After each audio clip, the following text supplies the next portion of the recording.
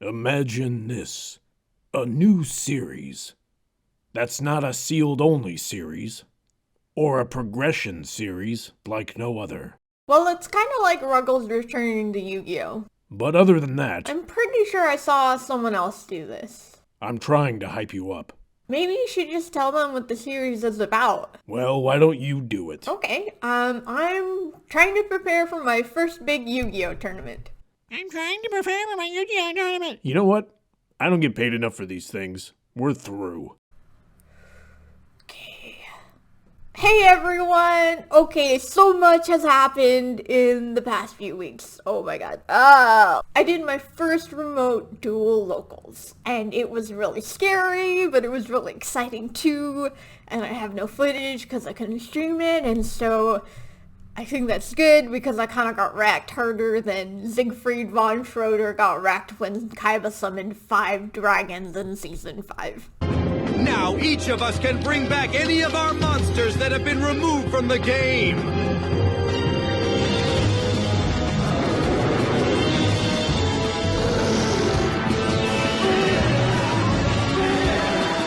That gives me 5 dragons. Avita said, was that racist? Anyway, yeah, I don't know. I'm very self-conscious about my Yu-Gi-Oh! Game. I just feel like I went to one of the top engineering colleges in the world, and I can't figure out a game for children.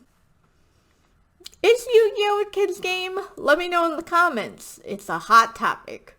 It's actually funny, this side story. I was at an open mic one time, and I was talking about this guy at my Yu-Gi-Oh! Locals who was bullying me, and then my friend raised his hand, which is like a weird thing to do during your set, but I was like, okay, Garrett, what's up? And he was like, oh, how old was that person that's bullying you? And everyone laughed, and I was like, look, man, he was an adult, okay? He was an adult. He was 7 years younger than me, but he was an adult, okay?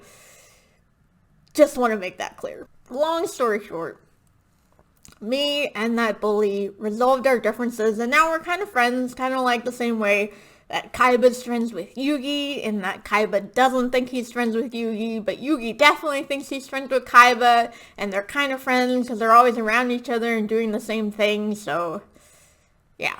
Anyway, my first match was against Drytrons, and if I was in the battle phase, I would have won. But unfortunately, I was in the main phase, and I couldn't attack because time was called. So, that kind of sucks, but that's okay. It's a lesson to learn. And in the second match, I played against Eldritch, which had like a splash of magical musketeers or something like that. And it was funny because my opponent kept making me cut in half and then put 17 cards at the bottom. And I was like, oh, you know, what's up with that? And he's like, well, it's, you know, starting 5, and then Pot of Desires is 10, and then you draw 2. And I was like, oh man, you might as well make it 18 because of Upstart Goblin as like a joke. But he's like, oh yeah, that's a good point. And then he started having me cut 18, and I was just like, oh my god, like, we are spending so much time putting cards at the bottom of our deck instead of playing this game. And it was my fault too because I got petty and I was like, fine, I'm gonna make you cut that amount too, even though I didn't really care. And so, yeah, this may not be a children's card game, but let's just say sometimes we act like children. Anyway, first game he won after his magical musketeer started doing things that I didn't know what was up.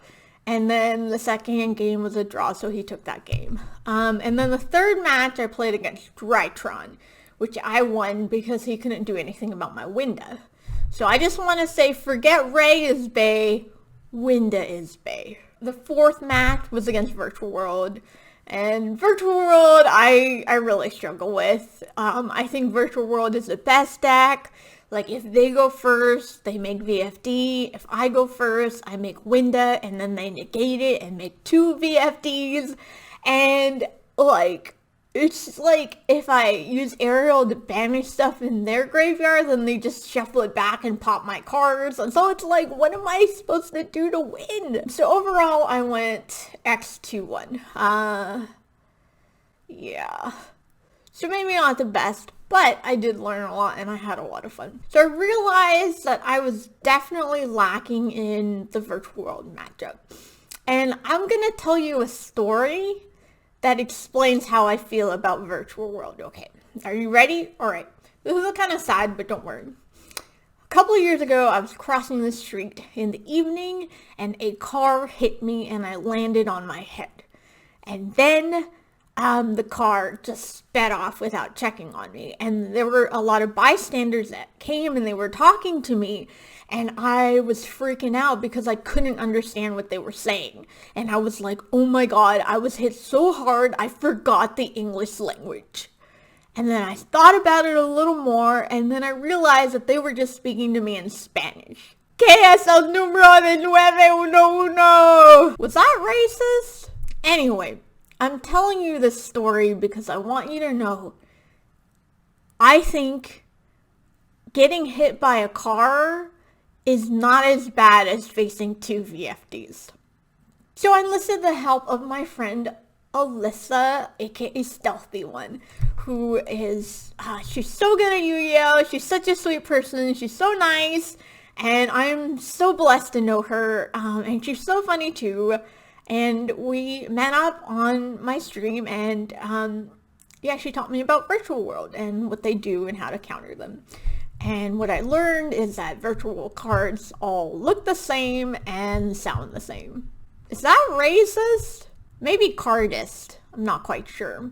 But definitely check her out because that was really, really helpful. And I honestly still don't know how to beat VFD.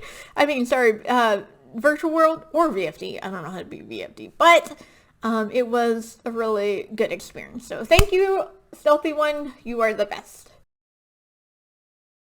Now, I love me my Invoke Shaddolls, but there's one deck that has my heart even more, and that is Cyber Dragons. Hail Sidra! Yeah, lo and behold, I found that pack is having a rogue tournament, so I fixed up my Cyber Dragons deck as best I could, and I took it.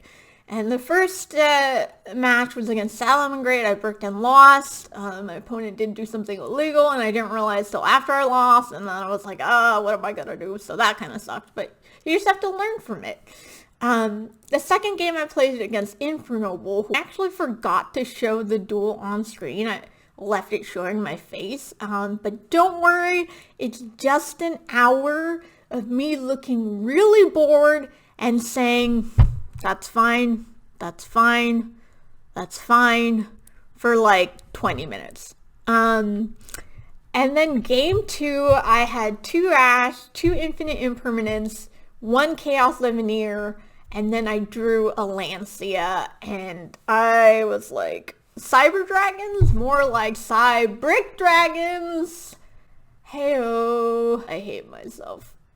Anyway, so the third game was Altergeist against BearxBear. Please check him out.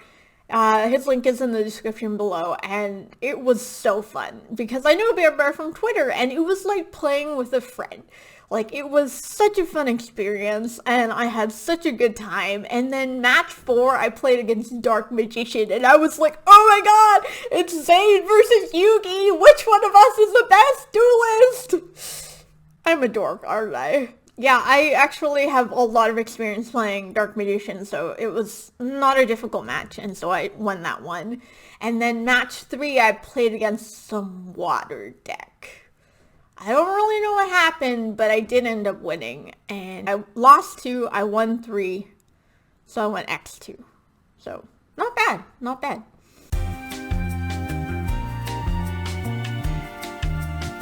What is my next step?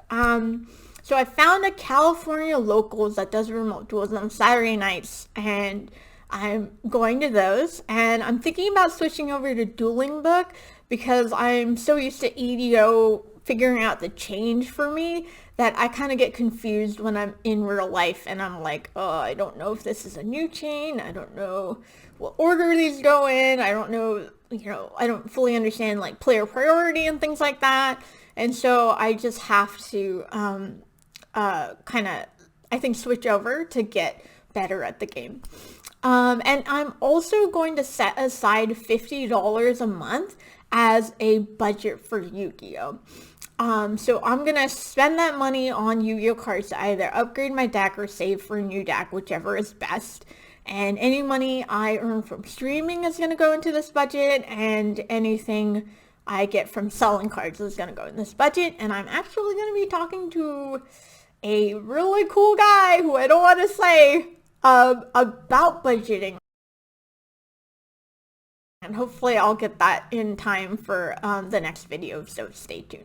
So thanks, please follow me on Twitch, like, comment, and subscribe. Thank you. Bye.